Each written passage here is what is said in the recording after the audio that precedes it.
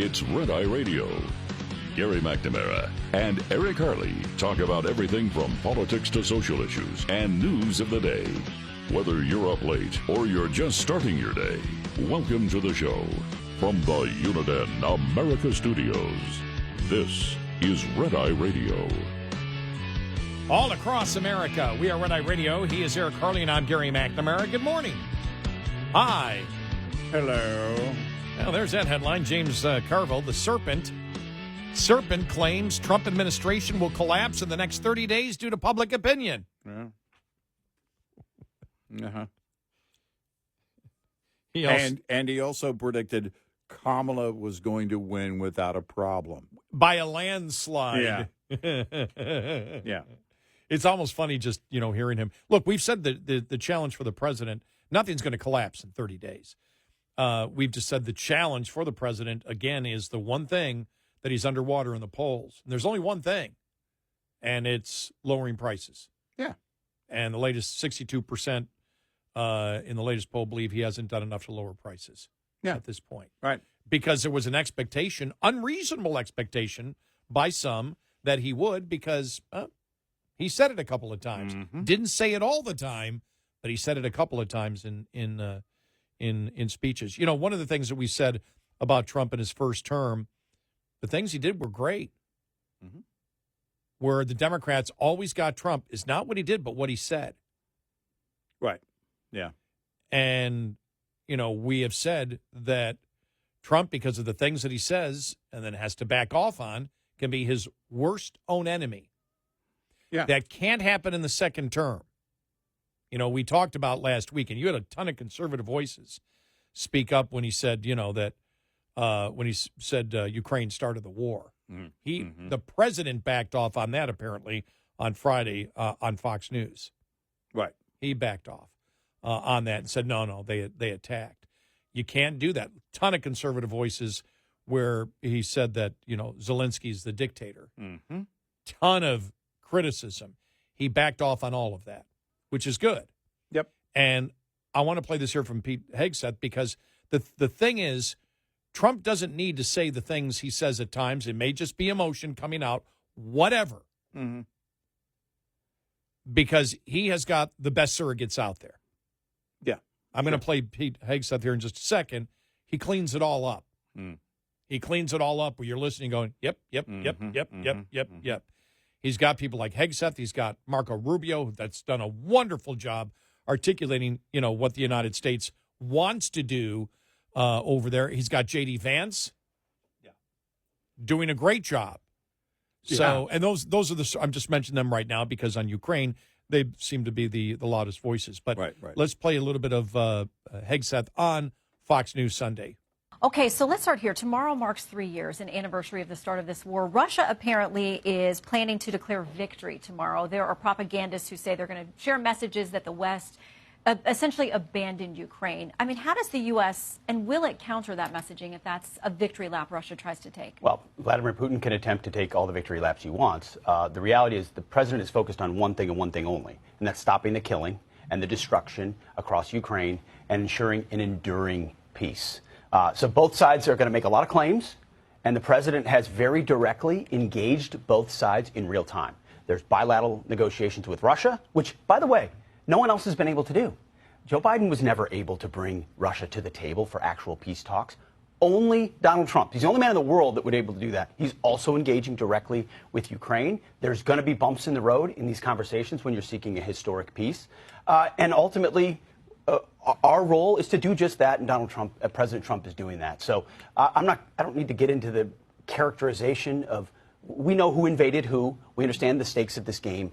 America, more than any other country in the world, has invested in helping Ukraine defend itself. Now it's time for peace, and that's what the president is dedicated to. Why has it seemed that there is some reticence to say who invaded whom or who's responsible for this? There are questions about reports that a G7 statement, the U.S. opposed calling Russia the aggressor in that statement. And also, there are these warring resolutions allegedly at the UN.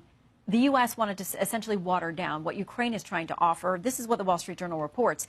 The Ukrainian draft pins the war's cause on Russia and calls for a peaceful solution this year built around a Russian withdrawal from Ukrainian territory.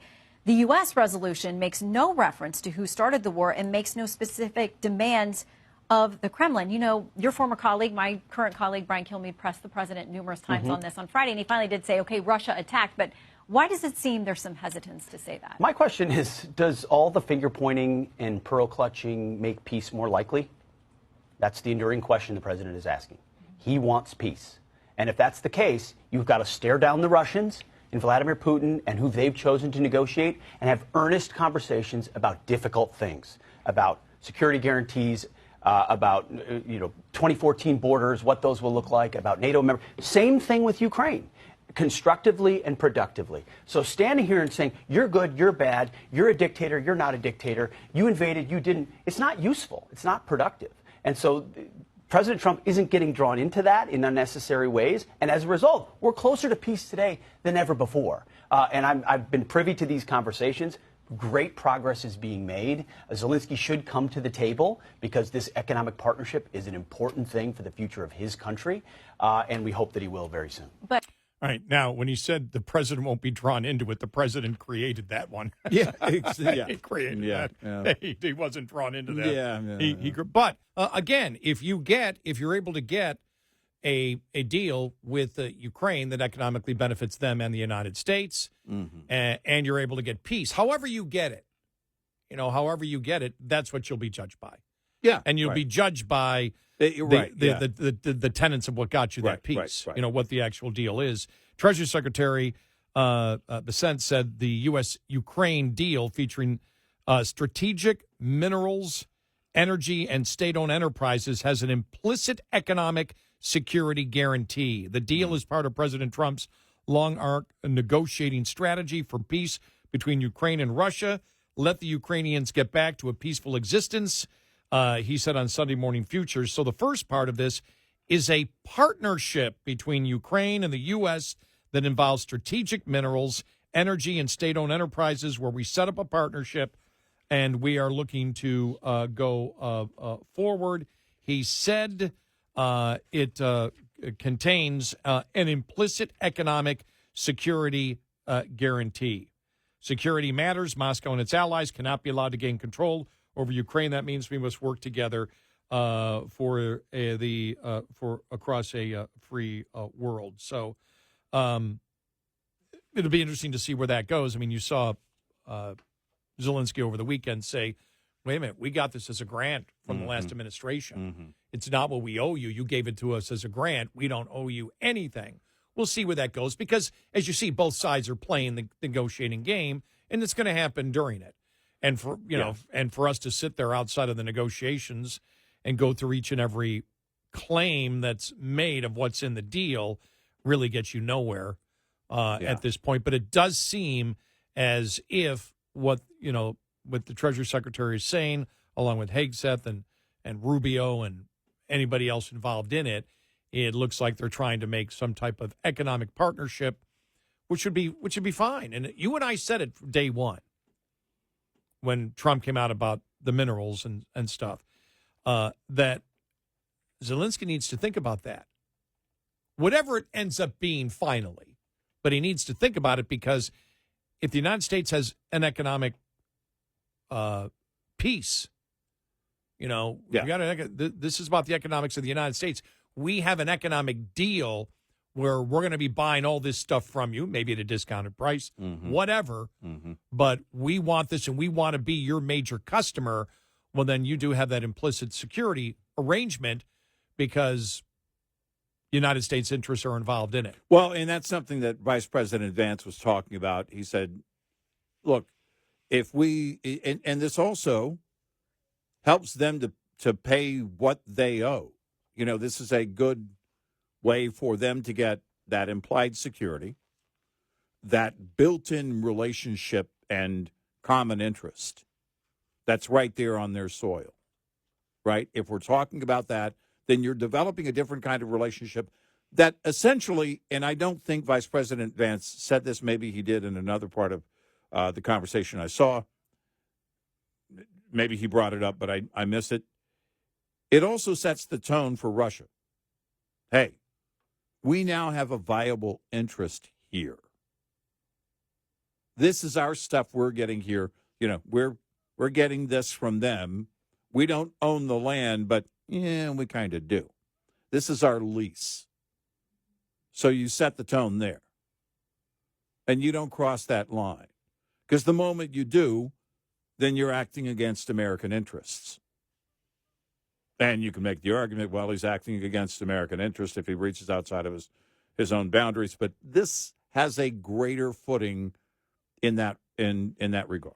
Well, again, both sides, it could be the best deal ever, and Russia and both Ukraine are going to make the case that they got 10 times more than the other side. Mm-hmm. Because they want to promote the fact that we got the better deal of it, where both probably will have to compromise. Yeah, right.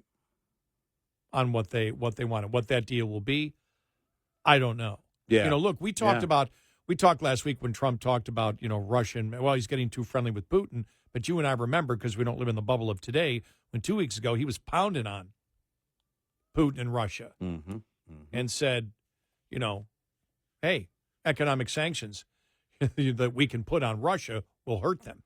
Yeah, right. There's things that we can do to hurt, Russia. So, again, we live in the bubble of today, so when he says one thing one time, everybody jumps on it, forgetting what he said maybe 2 weeks before, as we had stated last week on it. But, again, you don't need to.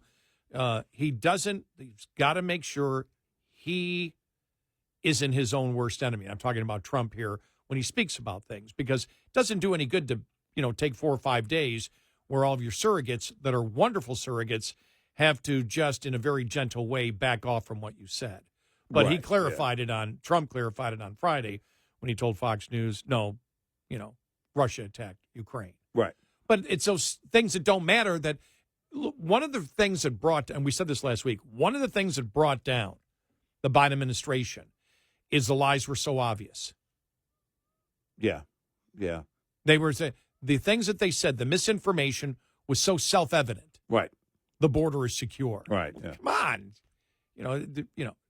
Russia attacked Ukraine. Don't do that. Right. Don't do something. The public understands.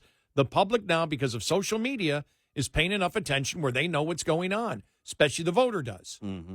As we've said before, and I was reading something last week, that independents get their news now from the internet. They're the ones you need to convince. Yeah. All the time that your policy is working. So don't work against yourself. For us, we think Trump has done so many great things, and I think there is no greater domestic decision that has been made by an American president than there was with Trump saying Doge and let's go look for it. Right. You're going to make mistakes, as we've said. One of the mistakes, and I think they should just back off on it right now, is because now you've got the State Department, the Department of Defense, the FBI. Who am I missing here? There's two other departments that said, no, you don't have to answer the email from Elon Musk. State Department, Department of Defense, FBI. There were 4 or 5 of them total. But yeah, the intelligence agencies. Yeah, the intelligence, and it's like, no, we are the ones we monitor what goes on in our department. Right. So yeah, Kash Patel was the first one that came out. I think it was Friday, and said, no, don't pay attention. We are the ones that worry about our own people, and that's fine. And that shouldn't have gotten out because that should have never gotten that far, because it gives the impression that the right hand doesn't know what the left hand is doing. Right. And you don't need to do that. You don't need to. It doesn't matter. That's going to be gone, and nobody's going to remember it. Right. Right. So, like I said, it's just something that we saw, again, Trump did even in his first term. Did a lot of great things, and at times it was like, don't say that. Don't say that. Don't say that. Don't need to say that. Yeah, there's no purpose for it whatsoever. Now he has such great surrogates where in a couple of days it's gone, and they move on. And the Democrats are just so insane. I mean, they're just that's the one thing. Well, Trump's fluctuating the numbers. You've got 20% approval rating Democrats in Congress. Yeah. Nobody likes you. Exactly. Yeah, you're not going to win this. You're just it's like you're going, Their polling numbers, Trump's polling numbers only in the positive by a few points. Yeah. Well, you're you're 30 points from even getting to 50%. Yeah. Yeah. So they've got their own problems. Right. And so they've got their own big problems, and they don't seem to want to dig out of that hole at all. There is no effort to dig out of the hole. They're still doubling down on all the insanity, including, like I said, that what it was when I saw that the other day, and I saw it live when Trump took on the governor of Maine. Oh, just, I can't believe it. And then Governor Evers of Wisconsin. All right, women, mothers, we're now going to call inseminated persons. Yeah. What are you, out of your freaking mind? Right. It's like with everything going on and you're still bringing that, you live in such a bubble and everybody around you says, we think that's a great idea. Do you have any clue where the country is right now? They really don't. Talk about bubble. They live right in the middle of it. I know. And they'll never break from that. If they haven't broke from it now, I don't know what will make them break from it. No. No, if you don't lose this, if you don't lose as a result of the greatest political comeback in American history, being Trump, and learn something, if you go through that and don't learn something, I don't know what to tell you. You're never going to learn. You're always going to be a radical. 866-90 Red Eye. This morning's USDA Farm Report is brought to you by House Products. Tested, trusted, guaranteed since 1920. Among those sources, Agriculture Secretary Brooke Rollins credits in shaping her path in life and her current position the Future Farmers of America and my ag teacher, Gary Rosenbush. the secretary with video well wishes in conjunction with National FFA Week, recalling the importance of the organization in shaping the dreams of a then small-town student. It wasn't really until I got involved in FFA that I began to put structure to those dreams. And it is in the FFA where I learned real leadership, real love for one another, love for our country, love for each other, the idea of service and servant leadership. A demonstration of Secretary Rollins' continued relationship with National FFA, the attendance of all members of the Texas State FFA Officer Leadership Team that she served with in high school. Also of note, the Secretary is the first ever state FFA officer to hold the position of Agriculture Secretary. I'm Rod Bain reporting for the U.S. Department of Agriculture in Washington, D.C. This report brought to you by Cenex Fuels and Lubes. Coming up, more with Gary McNamara and Eric Harley. It's Red Eye Radio.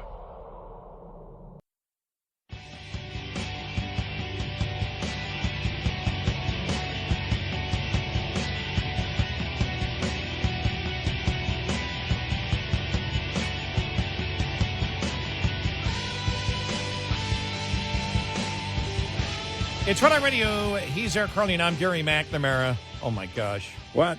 Oh, the Babylon Bee. We just got a minute here, so right. Ready for some of the headlines? Yes. Stephen Miller uses sock puppets to explain Constitution to White House press corps. And it's just, and there he is, a picture of him. He's got the little sock puppet in his hand, talking to them. Oh, I love. my We talked gosh. about that because we played the audio. Yes. Now we'll start with a brief civics lesson, and then you and I came to the conclusion it's quite possible that many of the very young media, especially liberal media types in that room that he was talking to at that moment, were getting their very first civics lesson ever. Right. It's like, oh, that's how. Is that how it works? Is that how it works? Well, you that's- mean one guy's in charge of the executive branch? That's what? how. Oh, wow. Separation of powers. What a concept. What does that mean? What do you mean, the three branches of government? Yeah. And Yeah. my other favorite, congressional gridlock after Doge fires only government employee with the key to the Capitol building. They're all standing outside. I love it.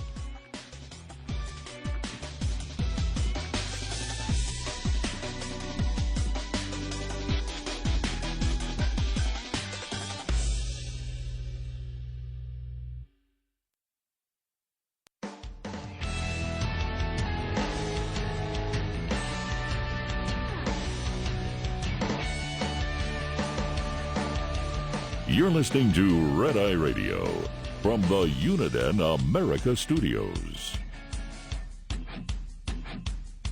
It's Red Eye Radio. He's Eric Harley, and I'm Gary McNamara. Oh, one of the best ones I saw from the Babylon Bee was Europe retaliates against the United States by promising to pay its own bills. We'll show you. And really, that's very close to the truth because the conservative opposition leader that won in Germany said, we can't depend on the United States anymore. They're not a lawyer. We have to take care of our own security needs. And it's just like, welcome to the conversation. It's like, we're glad that you've joined the conversation here. And I'm like, wow, okay, well, then what you're saying is exactly where we are as a country right now, saying we have done so much post-World War II to save the world, to have troops everywhere. It's about time that Europe, especially a modern Europe, takes care of its own security needs. Yeah, right. You know, if they want to jump off air base or whatever, or some nominal American troops in there because of NATO, that's fine. Mm-hmm. But hey, you can take care of it, and you need to be putting in your fair share, because we love talking fair share. We love that word, those words, fair share. Yeah. You need to put your own fair share in when it comes to defending yourself. Yeah. So we have some interesting times coming ahead. Now, we are going to miss. We have to play our audio cuts of the day. Yeah, okay. I said cuts. Yeah, okay. Because unless she gets hired by Mehdi Hassan's YouTube network, it seems like everyone is going. Joy Reid is out of a job at MSNBC. Mm-hmm. And I did see the thing, conservatives cheer. We didn't. No. We want as much. We want Joy Reid to us represents the mainstream of the Democratic Party on a national level in Congress. Yeah. And that's absolutely nuts. Yeah. She's gone. MSNBC, you see where they said, I was reading Mediate.com talking about what happened, that they held a meeting early and the staff is just livid and furious, and they're all getting laid off. They're getting the people, her staff, getting laid off, even though they are hiring 100 people and you can apply for those jobs. But he said it wasn't because of Trump. Well, then what was it? Then what was it? Yeah, I don't know what that means. So if Trump had lost, she'd be fired? Right. Right. But just to let you hear what we're going to miss, we are going to miss some of her insightful analysis into the politics of the United States. Yeah. Like this, on election night, after Harris lost. Yeah. This just spot-on analysis of the Harris campaign. I mean, this really was an historic, flawlessly run campaign. Queen Latifah never endorses anyone. She came out and endorsed. She had every prominent celebrity voice. She had the Taylor Swift, the Swifties. She had the Beehive. Like, you could not have run a better campaign in that short period of time. And I think that's still true. What was I thinking? Wow. I thought it was about merit. Here's another audio cut. Oh, we don't just have one. Oh. We have to, give you a few examples. Okay. All right. Listen, I don't have to give a preamble to this, do I? Yeah, probably not. Just play it. Here we go. Yeah. Question that I have on that. These two men are both elderly. Donald Trump is an elderly man who, for whatever reason, was given 9 seconds to take a iconic photo op during an active shooter situation. Weird situation. We'll figure that out one day. But his survival of that and bouncing right back and going right to his convention is being conveyed in the media world as a sign of strength. This current president of the United States is 81 years old and has COVID. Should he be fine in a couple of days Doesn't that convey exactly the same thing? Because flu virus contains bullets now? I haven't gotten the flu in a long time. I have a family member right now that's battling the flu. I'd have to ask them, if they're having to duck or wear a vest, because assassination attempt and COVID, exactly the same thing. I'm going to go back here. I want to replay one thing just to make sure I got it right. What she said here. Okay. All right, how she described an assassination attempt. Here we go. Okay. Two men are both elderly. Yeah. Donald Trump is an elderly man who, for whatever reason, was given 9 seconds to take a iconic photo op during. Was given for some reason was given a 9-second photo, chance for a photo op. Let me play it again. Here. Donald Trump is an elderly man who, for whatever reason, was given 9 seconds to take a iconic photo op. Was given 9 seconds. Given 9 seconds to take. Is she referring to when the Secret Service agents were rushing him off the stage? Yes. Of course she is. That's stupid. He was given 9 seconds. Everybody stop. Let him take a picture. Now being a former radio station manager, I have a talk show host say something like that. If they're new, they may get one more chance. If they're experienced. Yeah, they may get a 3-day weekend. You're gone. Yeah. You're an idiot. But let's get more of her political analysis. All right? One more. You ready for one more? Photo op. Was given. Wow. Photo op. He's bleeding and being rushed off the stage. For whatever reason, he was given 9 seconds to take a photo op. Never mind. It was a hairline fraction of an inch within his life. No, that was a photo op. And let's get her opinion on inflation. I don't know why, but this is just my favorite. Because this is where she's making it sound like people are complete idiots. The voters are complete idiots. Here we go. The people I ever hear use the word inflation are journalists and economists, right? So that is not part of the normal lexicon of the way people talk. So it's interesting that Republicans are doing something they don't normally do, right? Which is not use the common tongue, right? Not use just common English to sort of do on their campaigns like they're doing with crime. But what they've done is they've taught people the word inflation, right? Yeah. Most people who would have never used that word ever in their lives are using it now because they've been taught it, including on TV, including in newspapers. They've been taught this word, and they sort of wrap this word around whatever it is that they really want to vote, the reasons they really want to vote. What the hell is she talking about? You're too stupid. You never would have used the word inflation, you stupid. Well, I don't use the word crime. I just say they hit you over the head with a rock because people wouldn't understand what crime is. People are too stupid to know what inflation means. They didn't use that word. That's a political word. Who are the normal people that she hangs around that never use the term inflation? That bike tire. Yeah. Get Forrest over here to pump up the tire. And what about We're talking inflation. What about the entire shrinkflation thing? That wasn't made up at all by the Biden administration. Serious. I mean, serious. And here's the thing. What the hell? My God, I know. It's just like... Seriously, what's wrong with you? They never would have used words like presidential election. They didn't ever use the word vote.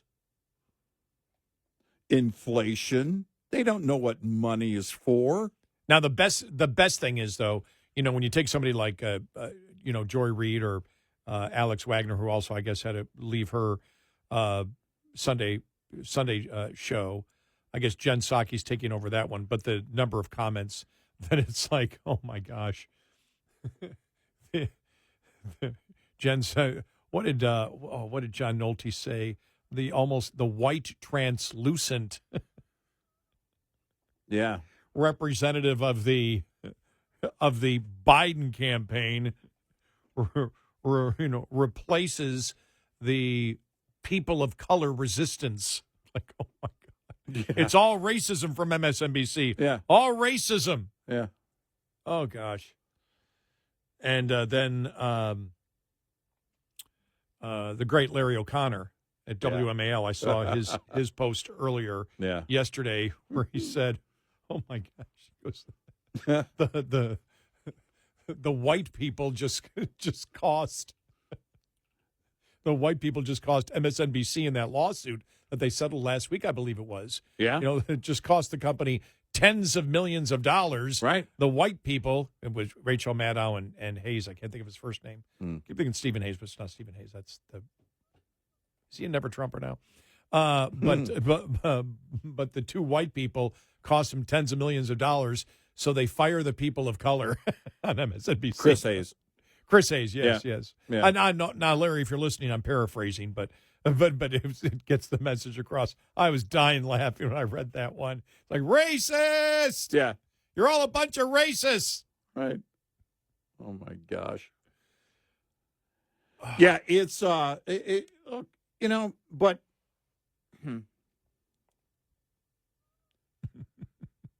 my advice, which is basically was kind of the advice that Carville gave them for the left is, all right, just remain quiet. Now, he gave it to them because he was saying if you just remain quiet, the Trump administration will implode. That was his point. Mine was, I don't think there's anything you can say right now that's going to help you. Everything you're saying that especially your radical base is repeating over and over again is helping to further destroy your party and bring people out of the woodwork when it comes to leaving the Democratic Party, or at least recognizing how bad it is with the Democratic Party. There's no way really to remedy that right now except quit talking. Well, stop talking. Yeah, but the problem is James Carville keeps telling everybody, you need to shut up, and he won't shut up. Right, exactly. He's like, you need to stop reacting to everything. And then after he said that, the next day it's like, Trump's going to be gone. Yeah. Public support's going to collapse in 30 days. It's all over. Yeah. Well, thanks for telling everybody to shut up and not be promoting stuff that's outrageous. Right, exactly. It's like, jeez. Wow. These people. Yeah. Oh. I have never had so much fun. It's on the radio, really. You and I really don't want them to stop talking because then what are we going to do? Then we have to talk.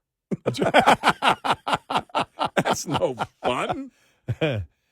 No, what makes the show, always has made the show more fun than anything, is when the left believes that they have free reign to tell everybody exactly how they believe. You and I went back to 2006. Remember that? 2006 was when Democrats stopped worrying about, making sure we're always talking to the middle. Mm-hmm. And I never forget, you and I noticed, we go, wow, they're being honest now. They're being honest. And now they're blunt honest with the insane opinions that they hold. That's gold, Jerry. Yeah, gold. It is. 866-90 Red Eye. Coming up, more with Gary McNamara and Eric Harley. It's Red Eye Radio.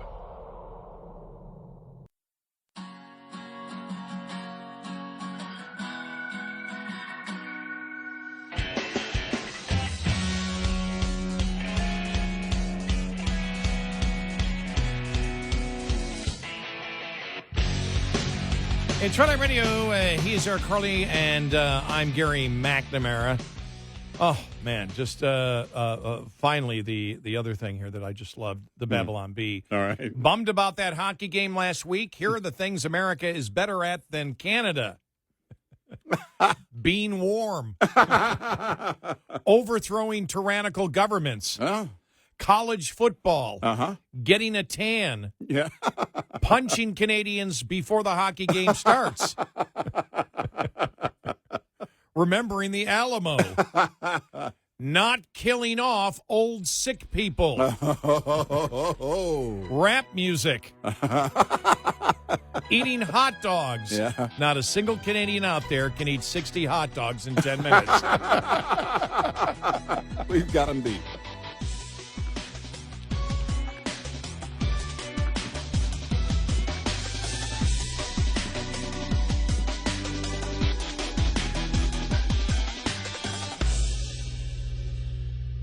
This is Red Eye Radio on Westwood One.